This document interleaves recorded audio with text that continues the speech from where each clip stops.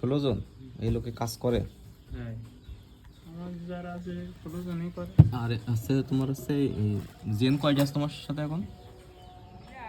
Gen ten আছে সাথে? না, জেন নেই? না। এমনি রুগী কীভাবে দেখো তাহলে?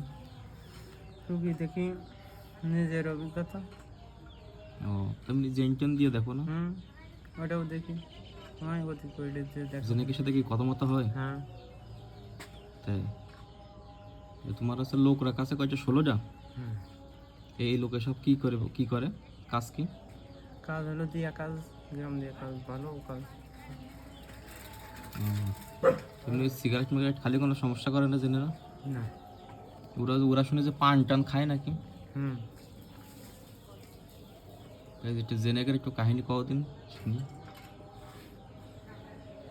মেলা রকম কাহিনী আছে। তোমার আশেপাশে কয় জায়গা থাকে জেন সবসময়? 5 টাকা থাকে। 5টা করে? হুম। এরা কি তোমার এই খাতিমাতি দিয়ে লাগে তোমার? হ্যাঁ। হুম? না, খাতি দিয়ে লাগে না? না। ওরা কিছু দেয় কি তোমার? দেখ। দে উড়োই মুড়োই কোনো জায়গায় নিয়ে ঠিক আছে কোনোদিন? ঠিক আছে। তাই ওদের সেই বাসস্থানে কি তুমি গেছাও? গেছি। এটা তো বিশাল ব্যাপার। হুম।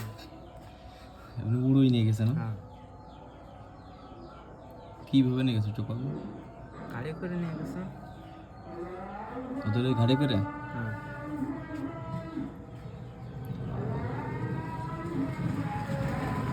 এমনি মিষ্টি টিষ্টি খাওয়াইছে কি তোমার? খাওয়াই আছে। ঈদ বোনাস কত দিছ? 33,000 টাকা। 33,000 টাকা ঈদ বোনাস? হ্যাঁ। আরে বাবা। জেনেরা কি টাকা পয়সা দিয়েছে ঈদের সময়? না, জেনেকের কাছে কি কি উপকার পাও তুমি? কাছে মেলা কিছু উপকার পায়। যেমন? যেমন ধরেন ওষুধ টষুধ যে সামগ্রী এগুলো। আর কি কি কবিরাজি করো তুমি, মানে কি কি রোগের চিকিৎসা?